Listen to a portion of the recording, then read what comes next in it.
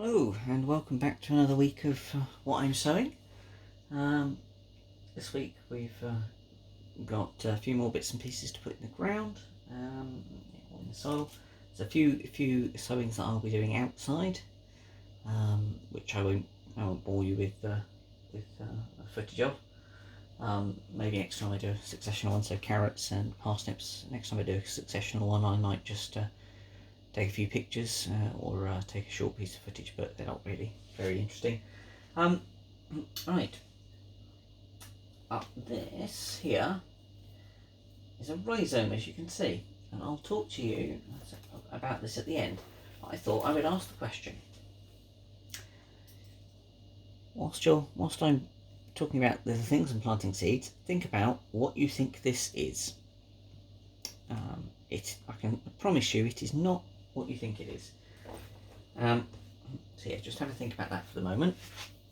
This week we are sowing some Brussels sprouts, some rhubarb. This is what I grew last year, red Brussels sprouts. They were delicious at Christmas time. We have some boricole or Tuscan kale. That's the not the curly leaf version, that's the dinosaur kale. We have some baby pak choi, so Chinese cabbage, and we have some more Greyhound cabbage because the last lot I put in the polytunnel and forgot about it for a couple of days and it all died. So we'll be resowing some of that. Right, so the first thing this time will be some kale. Last year I sowed tons of this, I grew tons of it in fact. I've still got tons waiting to be walked down to go in the freezer. I've just pulled the plants out because I'm sick of looking at kale. So this year I am only going to be growing a tiny number, 4 or 5 I think, which is more than enough for us. And all I'm going to do is 2 seeds in each one, and I'll thin it down to the most successful. I only really want half a dozen. So that should be absolutely fine. Yes.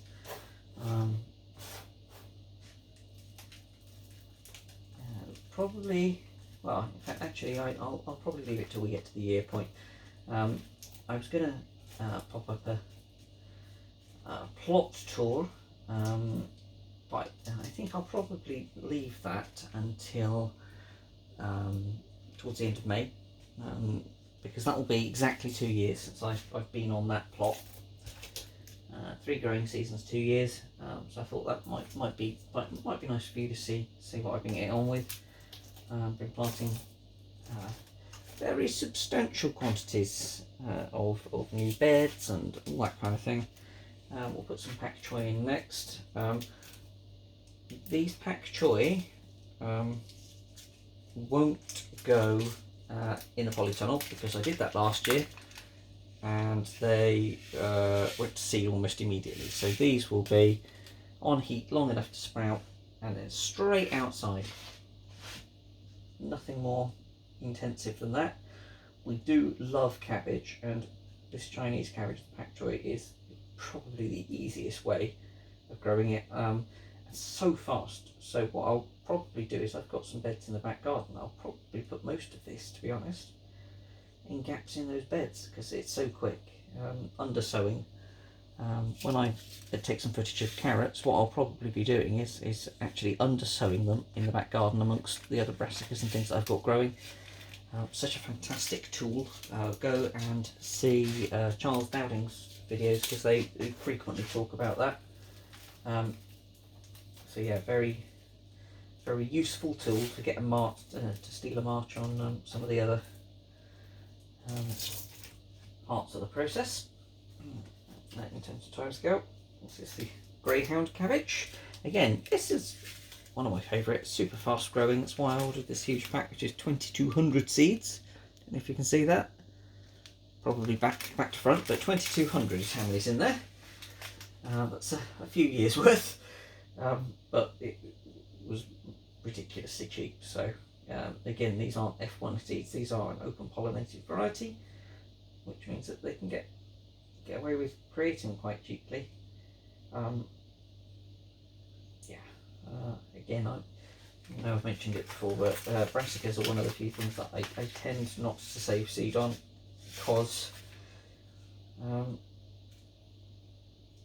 they will interbreed so readily, and they usually are all sort of around. You've got more than one, you know, because it's on allotment. You know, you've not got anywhere near sufficient distance between them to truly isolate them. So you're always going to end up with some weird and wonderful things. So if you save the seed, unless you're doing it inside, say in a polytunnel or a semi-permanent cloche type structure, it's always going to be difficult to truly get to type. And we have our Brussels, our Rubine. I have to say, I'm really impressed with these. I think this year, however, I'll build a framework for them. Last year, I just let them grow up and they flopped over to the side. And I still got a fantastic harvest despite being quite badly neglected. And they were so delicious. I've still got some in the freezer, actually.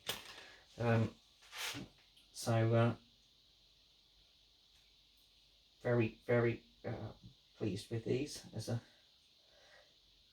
type. So yeah, I'll definitely be growing these, not just this year, but you know, adding infinitum.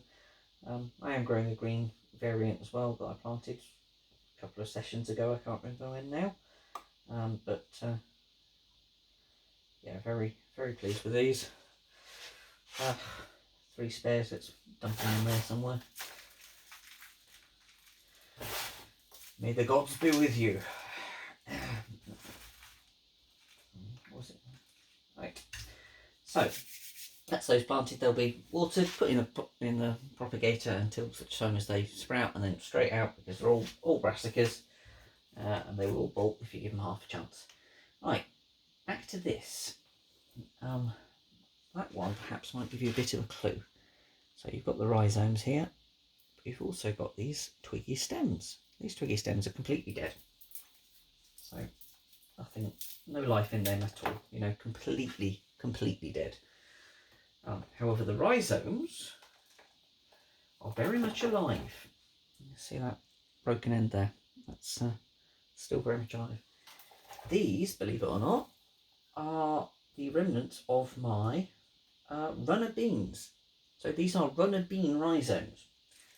I was shocked when I dug them up, because I was clearing a bed today, because as I'm sure you'll have seen in Lizzie's most recent video about lazy gardening. Lazy gardening is the easy way, and I left these in all winter, and I've literally just gone to go and dig them up and went, hold on, there's a rhizome here. So I'm going to plant these, keep them inside in the wall, and see if I can steal a march on sort of your seed grown versions, because they've got all this energy stored within these rhizomes. So I'm going to give that a go, and I will keep you updated as to how that pans out. Other than that, you know, it's been quite a busy week with the lockdown happening, and fortunately we're still able to visit our plots.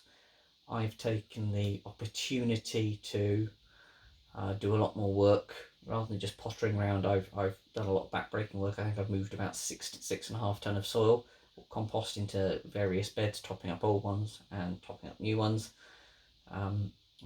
Probably by the end of this week I'll have exhausted my compost supply, and I'll be on to other tasks. So it's been a busy week, and I think I shall probably be spending a lot more time pottering around in the back garden as well as the allotments, simply because it's easier to get to. I don't like leaving the house if I can possibly help it at the minute, although I'm not in any high risk category, and neither my immediate family. I don't want to be the transmitter that ends up killing somebody, so I'm staying at home as far as is humanly possible. And that is it for this week. I think I will I'll be doing a lot of potting on of tomatoes during the week, and when we come back I'll show you how some of both the original trial run tomatoes that I sowed, that I showed you in one of the very first videos, and the ones that we planted on bulk a couple couple of weeks ago are doing in terms of that. And yeah, other than that, I will see you next week. Stay safe. Stay inside. Protect the NHS. Save lives. It is genuine. It is real. Please follow the guidance as far as possible. And I'll see you next week.